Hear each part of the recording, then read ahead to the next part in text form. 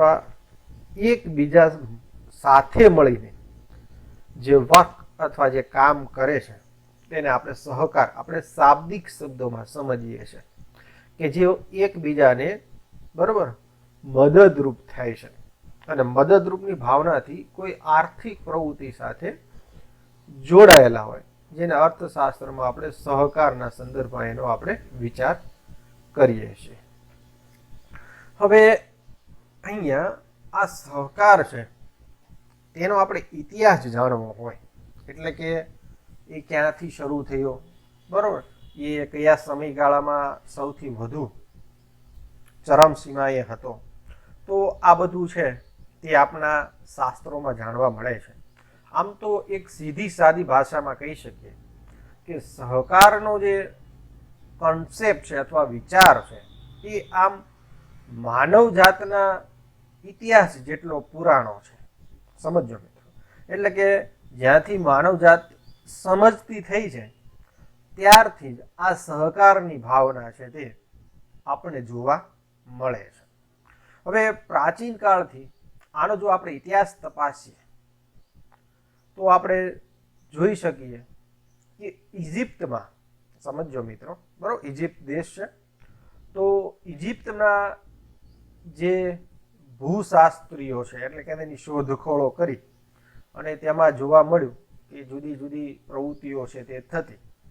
હવે આ પ્રવૃત્તિઓમાં કારીગરો અને કલાકારોએ સહકારી મંડળીનો ઉલ્લેખ તેમના સંશોધિત થયેલા ગ્રંથોમાં જોવા મળે છે। એટલે કે સહકાર છે તે માનવ જાતનો પુરાણો છે। આ ઉપરાંત જેને આપણે લેખિત ડોક્યુમેન્ટમાં જ્યારે સમજવા માંગીએ છીએ ત્યારે તો ઇજિપ્તના ગ્રંથોમાં છે બરાબર, તેના ઐતિહાસિક બુકોમાં છે તે કામ કરતા કારીગરો અને કલાકારો વચ્ચે સહકારી મંડળીનો ઉલ્લેખ અથવા કામગીરી થયેલી જોવા મળે છે। હવે તેવી જ રીતે જૂની સંસ્કૃતિની વાત કરીએ બરાબર, ઇજિપ્ત પણ એની સંસ્કૃતિ બરાબર ઇતિહાસમાં પ્રચલિત છે। તે જ રીતે ગ્રીસમાં એ આ બધી સંસ્કૃતિ એવી છે બરાબર જે આપણા ઇતિહાસમાં સુસંસ્કૃત સંસ્કૃતિઓ તરીકે ઓળખવામાં આવે છે। આની જ નોંધ વિશ્વના જુદા જુદા દેશોમાં અથવા જુદા જુદા વિચારક તરીકે અને ભૂતકાળમાં માનવ જાતનો વિકાસ કેટલો હતો એ જાણવા માટે પણ થાય છે। હવે ગ્રીસમાં જોઈએ તો કે નિમ્ન વર્ગના લોકો ધાર્મિક ક્રિયાકાંડો કરવા માટે સહકારી મંડળીમાં જોડાવાનું જાણવા મળે છે। એટલે કે ગ્રીસમાં પણ સહકારી પ્રવૃત્તિ થતી, એટલે કે તેમાં જે વાત નોંધાયેલી છે એટલે કે નિમ્ન વર્ગના લોકો બરોબર, જ્યારે આપણે વર્ગવાદની જે આ શરૂઆત અથવા જોવા મળે છે બરોબર, એમાં જમીનદાર, વૈશ્ય, શૂદ્ર અને ક્ષત્રિય, તો આ જે 4 વર્ણોની વાત છે એ સંદર્ભમાં અહીંયા ગ્રીસના જે ઐતિહાસિક પુસ્તકોમાં જોઈએ તો તેમાં આ જે નિમ્ન વર્ગના લોકો છે તે ધાર્મિક ક્રિયાકાંડો કરવા માટે તો સહકારી મંડળીઓ સાથે જોડાયા હોય એવા આપણે પુરાવા મળે છે। એવી જ રીતે બીજી એક સુસંસ્કૃત સંસ્કૃતિની વાત કરીએ તો કે રોમમાં પણ હસ્તકલાના કારીગરોની સહકારી મંડળીઓ અસ્તિત્વ ધરાવતી હતી। એટલે કે રોમના ઇતિહાસના પુસ્તકો જોતા આપણે જાણવા મળે છે કે રોમની સંસ્કૃતિ છે તેમાં પણ સહકારની ભાવના છે તે મોટા ભાગે હસ્તકલા કારીગરો છે તે આ સહકારી મંડળીઓ છે તેમાં કાર્યરત હતા।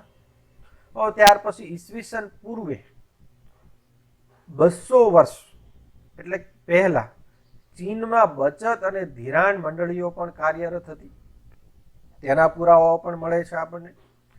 સાથોસાથ આપણે જુદા જુદા ધર્મ ગ્રંથોમાં જોઈએ બરોબર, જેમાં હિન્દુ ધર્મ ગ્રંથો બરોબર, વેદ, પુરાણ, એ ઉપરાંત ઇસ્લામ ધર્મમાં તેમના પુસ્તકોમાં, ખ્રિસ્તી ધર્મના ગ્રંથોમાં સહકારનો ઘણા ક્ષેત્રોમાં નિર્દેશ થયેલો જોવા મળે છે। એટલે કે આ બધા પુસ્તકો તમે જોશો તો તેમાં સહકારની ભાવના છે ત્યાં વિકસેલી જોવા મળે છે। તો આટલી બાબત છે તે પ્રસ્તાવના સંદર્ભમાં જે તમને આમાંથી યાદ રહે, બરોબર, એ બાબતો છે. તમે સહકારના પેપરના કોઈ પણ પ્રશ્નમાં છે આના 1-2 વાક્યો છે તમે લખી શકો અને પ્રસ્તાવના છે તમે ધારદાર, બરોબર, બનાવી શકો. હવે આપણે મુખ્ય ટોપિક તરફ આવીએ કે આપણા જે સિલેબસમાં છે તે કે ઇંગ્લેન્ડમાં જે સહકારી પ્રવૃત્તિનો ઉદ્ભવ કઈ રીતે થયો. તો ઇંગ્લેન્ડનો જે આર્થિક ઇતિહાસ છે તે આપણે સમજવો જોઈએ. અને આ આર્થિક ઇતિહાસ સમજશું એટલે કે એક ઘટના છે, એટલે કે એક જુદી જુદી આર્થિક પ્રવૃત્તિઓ વચ્ચે થતી તેની મર્યાદાઓ દૂર કરવામાં સહકારી પ્રવૃત્તિ છે તેનો ઉદ્ભવ લે છે અને એક કઈ શૃંખલામાં તેનો ઉદ્ભવ થાય છે તે આપણે સમજીએ. હવે આપણે જોઈએ તો કે ઇંગ્લેન્ડ છે તેમાં જે સહકારી પ્રવૃત્તિનો ઉદ્ભવ છે એ ઉદ્ભવ માટેના જે પૂર્વ ભૂમિકા જે છે તે પૂર્વ ભૂમિકા છે તેનું ઉદ્ભવ સ્થાન ઇંગ્લેન્ડ રહેલું છે. અને ઇંગ્લેન્ડમાં સૌ પ્રથમ ઔદ્યોગિક ક્રાંતિ થઈ.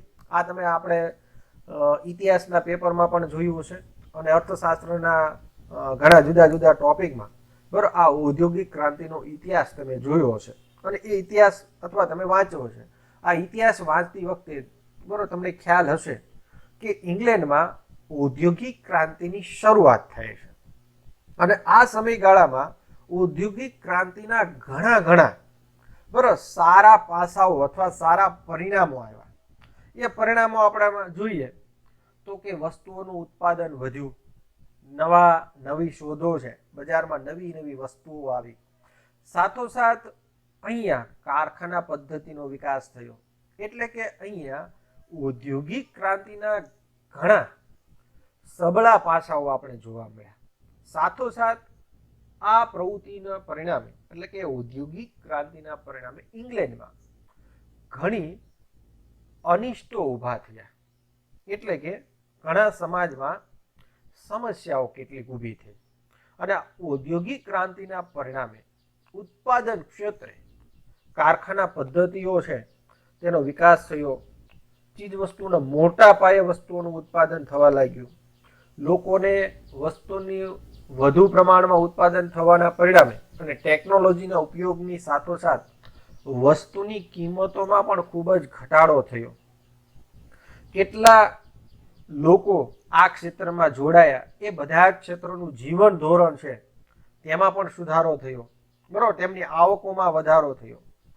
સાથોસાથ અહીંયા એક વર્ગ છે, એટલે કે ઔદ્યોગિક ક્રાંતિમાં અમુક વર્ગ એ આ વિકાસથી વંચિત રહી ગયો. હવે વિકાસથી વંચિત રહી ગયો એમાં આપણે જોઈએ કે આ ઔદ્યોગિક ક્રાંતિમાં આ કારખાના પદ્ધતિઓમાં કામ કરતા શ્રમિકો છે એ શ્રમિકોનું જીવન ધોરણમાં સુધારો થઈ શક્યો નહીં. અને સમયાંતરે, બરોબર, એટલે કે બે બાજુ, એક બાજુ છે ઉદ્યોગપતિઓ અથવા દલાલો, મધ્યસ્થીઓ, એમનો ખૂબ જ વિકાસ જોવા મળ્યો. પણ સાથોસાથ જે શ્રમિક વર્ગ છે તેની સ્થિતિ છે તે એવી ને એવી બજારમાં રહી. સાથોસાથ જ્યારે કમ્પેરિઝન ઊભું થયું, સમજો મિત્રો, અને કમ્પેરિઝનના પરિણામે શું થયું તો કે કમ્પેરિઝનના પરિણામે, બરોબર, બજારમાં આ શ્રમિક વર્ગ છે એની સ્થિતિ છે તે કફોડી સાબિત થઈ. એટલે કે જીવન ધોરણ ચલાવવા માટે પણ તેઓને મુશ્કેલી ઊભી થઈ. હવે આ મુશ્કેલીનું જે કારણ હતું એ કારણ એ હતું કે એ સમાજ છે તે બે વર્ગમાં વિકસિત થવા લાગ્યો.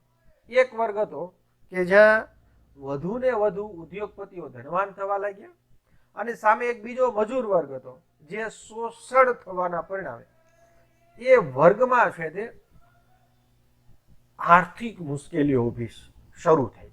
પરિણામે આ શોષિત વર્ગમાં, સમજો મિત્રો, એટલે કે આ જે મજૂર વર્ગમાં સૌ પ્રથમ સહકાર વિશેના વિચારોના બીજ રોપાયા. એટલે કે સૌ પ્રથમ અંદરો અંદર, એટલે કે જે શ્રમિકો છે એ પોતાની મંડળીઓ બનાવીને પોતાનો આર્થિક ઉદ્ધાર થાય, એટલે કે સંગઠનો દ્વારા તે આર્થિક પ્રવૃત્તિમાં સહકારની પ્રવૃત્તિ સાથે જોડાયા અને એ વિચારો છે તેમના મગજમાં સ્થાપિત થયા. એટલે કે અહીંયા જે આ ઇંગ્લેન્ડની સહકારી પ્રવૃત્તિઓ છે એ ક્રમશઃ ઔદ્યોગિક ક્રાંતિના વિકાસની સાથોસાથ, સમજો મિત્રો, ઔદ્યોગિક ક્રાંતિના વિકાસની સાથોસાથ તેના ઘણા આર્થિક રિવોલ્યુશન જોઈએ, ખૂબ જ મોટા પ્રમાણમાં પરિવર્તનો થયા. ઉપરોક્ત આપણે ચર્ચા કરી તેમ ખૂબ જ સારી એવી વસ્તુ બનાવી. નવી શોધોનો બજારમાં માત્ર ઇંગ્લેન્ડ પૂરતો નહીં, વિશ્વના આખા બજારમાં આ બધી વસ્તુઓ અને યંત્રો પહોંચાડ્યા. પરંતુ અહીંયા એક શોષિત વર્ગ છે, બરોબર, એ રહી ગયો. એનો વિકાસ છે તે શોષિત કરનારો વર્ગ છે એ તેના લાભો છે તે મેળવી ગયા. અને તેના પરિણામે અહીંયા શોષિત વર્ગમાં એક સહકારની ભાવના છે તે ઊભી થાય છે, જે ઇંગ્લેન્ડમાં સહકારી પ્રવૃત્તિના ઉદ્ભવ માટે જવાબદાર છે. હવે આપણે 18મી સદીના ઉત્તરાર્ધમાં સમજો મિત્રો, એટલે કે એ સમયગાળા દરમિયાન ઇંગ્લેન્ડની પરિસ્થિતિ શું હતી અને ત્યાર પછી 19મી સદીમાં જ્યારે ઔદ્યોગિક ક્રાંતિ આવી, બરોબર, ત્યારે પરિસ્થિતિ શું હતી, બરોબર સમજો. સદીનો સમયગાળો છે તે 100 વર્ષનો હોય. તેને યાદ રાખવા માટે જે સદી હોય, બરોબર, 18મી સદી, તો એમાં 18મું વર્ષ છેલ્લું હોય. એટલે શરૂઆત ક્યાંથી થાય તો કે 1701 થી. બરોબર, આ સદીને યાદ રાખવાની એક સ્ટાઇલ છે, બરોબર. આ જે 100 વર્ષો છે એને સદી કહેવાય છે. એટલે જ્યારે પણ હું એક સદીનો ઉલ્લેખ કરું, 18મી સદી, એટલે તમારા મગજમાં સમયગાળો છે બરોબર ફિટ રહેવો જોઈએ. હવે આની પછી આપણે 19મી સદીની વાત કરશું. તો 19મી સદીનો અર્થ શું થશે તો 1900મી સાલ છેલ્લી, બરોબર, તે શરૂઆત ક્યાંથી થશે તો કે 1801 થી. બરોબર, તો આ એ સદીને યાદ રાખવાનું કેલ્ક્યુલેશન છે. અહીંયા આપણે જોઈએ 18મી સદીના ઉત્તરાર્ધમાં, એટલે કે અહીંયા 25 વર્ષનો તમે સમયગાળો લઈ લો તો એને 4 વિભાગમાં ડિવાઈડ કરી શકાય. એમાં જે શરૂઆતના વર્ષો છે તેને ઉત્તરાર્ધ કહેવાય, વચલા વર્ષોને મધ્યમ કહેવાય અને છેલ્લા જે 25 વર્ષો છે તેને પાછળના વર્ષો તરીકે ઓળખવાય છે. હવે અહીંયા 18મી સદીના ઉત્તરાર્ધમાં, એટલે કે શરૂઆતના સમયગાળામાં, એટલે કે 1701 થી લઈને જે સમયગાળામાં ઇંગ્લેન્ડમાં શું પરિસ્થિતિ હતી તો ઇંગ્લેન્ડમાં છે ખેતી અને ઉદ્યોગની સ્થિતિ અલ્પ વિકસિત દેશોની સરખામણીમાં, બરોબર, તેની તુલનામાં કોઈ સારી પરિસ્થિતિ નથી. એટલે કે અલ્પ વિકસિત રાષ્ટ્રોની જેવી ખેતી અને ઉદ્યોગની પરિસ્થિતિ હતી એવી જ પરિસ્થિતિ ઇંગ્લેન્ડની હતી. એટલે કે 1700ની સાલની વાત કરી એ આ સમયગાળામાં. હવે આગળ વાત કરીએ તો કે તેઓના ખેતી ક્ષેત્રે જોડાયેલો વર્ગ અથવા ખેડૂતો છે તે જીવન નિર્વાહ પૂરતી કામગીરી કરતા. તેઓ બહુ જ જૂની પુરાણી છૂટા છવાયા ખેતરોમાં ખેતી કરતા હતા. સાથોસાથ ઉદ્યોગના એકમો છે તે પણ નાના પાયા પર ચાલતા. મુખ્યત્વે આ 18મી સદીમાં જે ઉદ્યોગો હતા એ માત્ર ગૃહ ઉદ્યોગ અને હસ્ત ઉદ્યોગ હતા.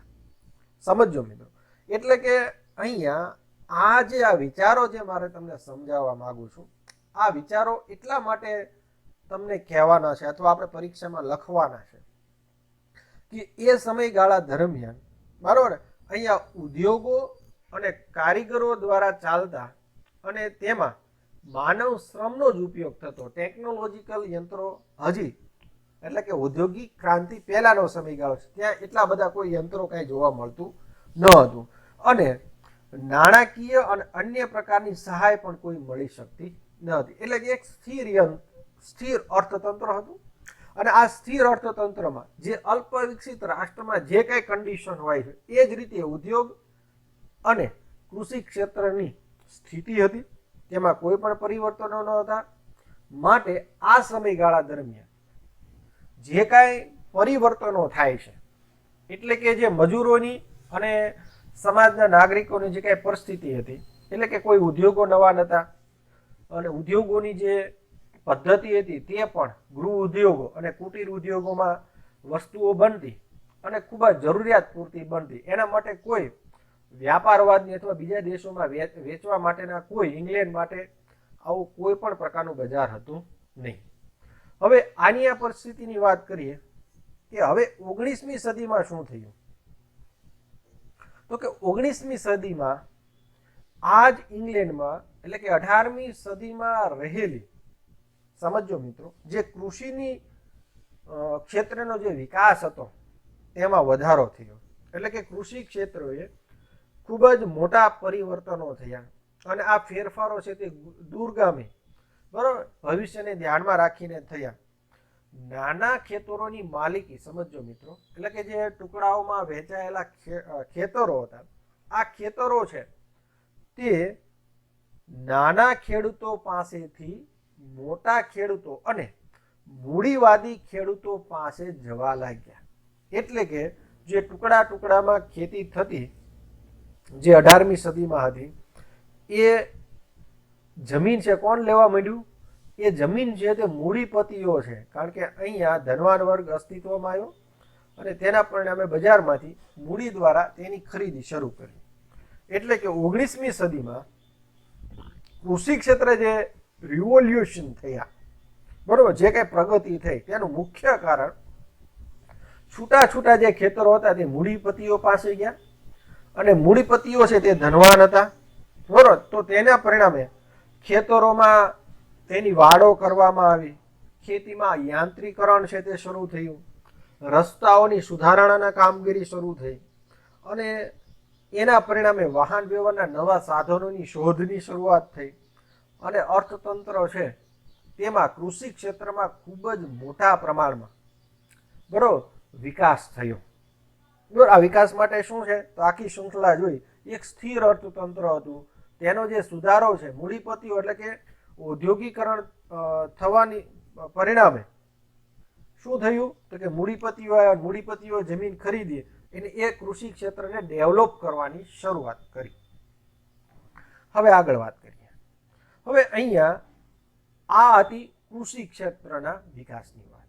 હવે સાથોસાથ ઉદ્યોગ ક્ષેત્રમાં પણ કારખાના પદ્ધતિ શરૂ થઈ અને તેના પરિણામે ઉત્પાદિત વસ્તુઓ છે તેનું સ્થાન જે 18મી સદીમાં આપણે જોયું કે ગૃહ ઉદ્યોગ અને હસ્ત ઉદ્યોગ હતા, એ વસ્તુ ઉત્પાદિત થતી તે અહીંયા કારખાનાઓમાં બનવા લાગી અને ગુણવત્તામાં તેનાથી વધુ સારી અને કિંમતની દ્રષ્ટિએ સસ્તી વસ્તુઓ ઉત્પન્ન થવા લાગી. બરોબર. શું કામ થયું? કારણ કે ઔદ્યોગિક ક્રાંતિના પરિણામે નવા યંત્રો છે તે બજારમાં આવ્યા. હવે તેના પરિણામે ઇંગ્લેન્ડમાં એ પરિસ્થિતિ ઊભી થઈ કે ગૃહ ઉદ્યોગ અને હસ્ત ઉદ્યોગ ઉપર ખૂબ જ મોટા પ્રમાણમાં તેની અસર થઈ અને ગૃહ ઉદ્યોગ અને હસ્ત ઉદ્યોગ છે તે પડી ભાંગ્યો. પડી ભાંગવાના પરિણામે અહીંયા આ ઉદ્યોગ છે તે કારખાના પદ્ધતિમાં ટ્રાન્સફર થયો. પરિણામે ઇંગ્લેન્ડના મોટો ભાગની વસ્તી છે તે શું થઈ, તો કે વસ્તી છે બેકાર બની, કારીગરો છે તે બેકાર થવા લાગ્યા અને તેના પરિણામે કારખાનામાં કામ કરવા જવું ફરજિયાત બન્યું. કારણ કે પોતાનું કુટુંબનું ભરણ પોષણ કરવા માટે આવકના સ્ત્રોતો પહેલા ઘરગથ્થુ ઉત્પાદન કરતા, બરોબર, કુટીર ઉદ્યોગ અને ગૃહ ઉદ્યોગમાં, હવે બંધ થઈ ગયા. કારણ કે માર્કેટમાં કારખાના પદ્ધતિથી થતી વસ્તુનું ઉત્પાદન એક ગૃહ ઉદ્યોગમાં વસ્તુના કરતા ગુણવત્તામાં સારી બની, સાથોસાથ તેની વસ્તુની કિંમત પણ ઘટી. બરોબર. એ શક્ય ક્યાંથી બન્યું, તો કે એ યાંત્રિકીકરણના પરિણામે અથવા કારખાનામાં નવા યંત્રોની શોધના પરિણામે થઈ અને એટલા માટે આ વર્ગ છે તે બેકાર થવા લાગ્યો. હવે પરિસ્થિતિ એવી ઊભી થઈ કે માલિકોને દયા પર જીવવા લાગ્યા. બરોબર. પહેલા સ્વતંત્ર ઉદ્યોગ હતો, હવે માલિકોના કહિયામાં, બરોબર, શ્રમિકોએ કામ કરવું પડે છે અને પરિણામે કારખાનાના મજૂરો તરીકે તેમની સ્થિતિ ખૂબ જ દયાજનક હતી અને તેના પરિણામે તેમને ઘણા કલાકો કામ કરવું પડતું. તેના બદલામાં તેમને મળતું વળતર વેતનના સ્વરૂપમાં મળતું. એટલે કે પહેલા ગૃહ ઉદ્યોગમાં સંપૂર્ણ નફા સાથે વસ્તુ મળતી, હવે નફો છે તે ઉદ્યોગપતિઓ લઈ જાય છે, એટલે કે માત્ર વેતન પ્રાપ્ત થતું અને તે જીવન ધોરણ ચલાવવા માટે અપૂરતું હતું. એટલે કે તેઓના રહેણાંકના મકાનોની સ્થિતિ પણ ઘણી ખરાબ થઈ, ઓછું અને અપૂરતું બજારમાં ખાદ્ય પદાર્થોના પ્રશ્નો ઊભા થયા. સાથોસાથ આ સમયગાળામાં બરાબર, આ બાબત તમારે પરીક્ષામાં નોંધવાની છે, અનાજ ધારાની શરૂઆત થઈ, જેને ક્રોન લો તરીકે ઇંગ્લેન્ડમાં ઓળખવામાં આવે છે. અને આ જે ક્રોન લો અથવા અનાજનો જે ધારો છે તે કહેવાય છે કે આ શ્રમિકોના બળતામાં ઘી હોમવા જેવી પ્રક્રિયા થઈ. શું થયું કે આ ક્રોન લો અથવા અનાજ ધારાનો કાયદો આવવાના પરિણામે બજારમાં જે જીવન ધોરણ ચલાવવા માટે જે અનાજ સસ્તું મળતું તેની કિંમતોમાં પણ વૃદ્ધિ થઈ. પરિણામે ફરી આ શ્રમિકોની પરિસ્થિતિ છે તે કફોડી ઊભી થઈ અને તેના પરિણામે બજારમાં આ ઉદ્યોગપતિઓ અથવા જે દલાલો છે તેમાં ગેરરીતિઓ શરૂ થઈ. દુકાનદારો છે તે ખોટા તોલ માપના સાધનો ઉપયોગ કરવા માંડ્યા. વસ્તુઓમાં ભેળસેળ શરૂ થઈ. આ બધા પરિણામો મજૂરોને ફરજિયાત લડત આપવાની ફરજ પડી. પરિસ્થિતિ એવી નિર્માણ થઈ કે જે એક સમયે સ્વતંત્ર ઉદ્યોગ ચલાવતા ગૃહ ઉદ્યોગ ને કુટીર ઉદ્યોગ એ મજૂર તરીકે કામ કરવા જવું પડ્યું. અને મજૂર કામ કરવા પૂરતું સીમિત નહીં, પણ સાથોસાથ તેઓએ એક આવકના એવા સોર્સ સાથે તેઓ જોડાયા જેના પરિણામે તેઓની, સમજો મિત્રો, આર્થિક સ્થિતિ બહુ જ કફોડી થઈ. જીવન ધોરણ જેટલું પણ વેતન પ્રાપ્ત ન થતું. સાથોસાથ ટેકનોલોજીના વિકાસના પરિણામે સમજો, દુકાનદારો તોલ માપના સાધનોમાં છે તેનો દુરુપયોગ કરવા માંડ્યા ટેકનોલોજીનું, એટલે કે માપ સાઈઝ છે તે ઓછા મળવા માંડ્યા. સાથોસાથ ભેળસેળ વાળી વસ્તુઓ બજારમાં ઉપલબ્ધ થઈ. એટલે કે આ જે મજૂર વર્ગ છે તે સહકારની ભાવના સાથે માલિકો સામે, એટલે કે બજારમાં એક સંગઠન દ્વારા સહકારની પ્રવૃત્તિ છે તે ઇંગ્લેન્ડમાં ઊભી થઈ. આટલી બાબતો છે એ તમારે ઇંગ્લેન્ડના સહકારી પ્રવૃત્તિના ઉદ્ભવમાં લખવાની છે. એટલે કે અહીંયા આ બાબત પરીક્ષામાં તમને યાદ રહે એટલા માટે, બરોબર. આમાં આખી થિયરિકલ પ્રોસ્પેક્ટ છે, પણ તેને પરીક્ષામાં આપણે બધા જ મુદ્દા આવરી લેવા હોય તો અહીં આપણે એને 3 મુખ્ય મુદ્દામાં વહેંચણી કરી શકીએ. પહેલી બાબત છે સહકારી પ્રવૃત્તિનું ઉદ્ભવ સ્થાન ઇંગ્લેન્ડ હતું, એટલે કે ઔદ્યોગિક ક્રાંતિની આખી શૃંખલા છે તે તમે આ ફકરામાં લખશો. બીજા ફકરામાં 18મી સદીના ઉત્તરાર્ધમાં ઇંગ્લેન્ડની જે પરિસ્થિતિ હતી એની ચર્ચા કરશો. અને છેલ્લા 19મી સદીમાં બરોબર જે શ્રમિકોની કફોડી પરિસ્થિતિ થઈ ઔદ્યોગિક ક્રાંતિ પછી, એ વાત છે તે અહીંયા તમારે ત્રીજા મુદ્દામાં લખવાની છે. આટલી શોર્ટ એન્ડ સ્વીટ ઇંગ્લેન્ડમાં સહકારી પ્રવૃત્તિના ઉદ્ભવના ક્ષેત્રમાં વિચારી શકાય. અહીંયા ઇંગ્લેન્ડના સહકારી પ્રવૃત્તિનો ઉદ્ભવ પૂરો થતો નથી, બરોબર. તેના ઉદ્ભવમાં રોબર્ટ ઓવેનની સહકારી ક્ષેત્રે ફાળો અને રોસડેલના વિચારો છે, બરોબર, અગ્રગણીઓના જે વિચારો છે એ પણ અહીંયા ઇંગ્લેન્ડની સહકારી પ્રવૃત્તિના ઉદ્ભવમાં જ છે.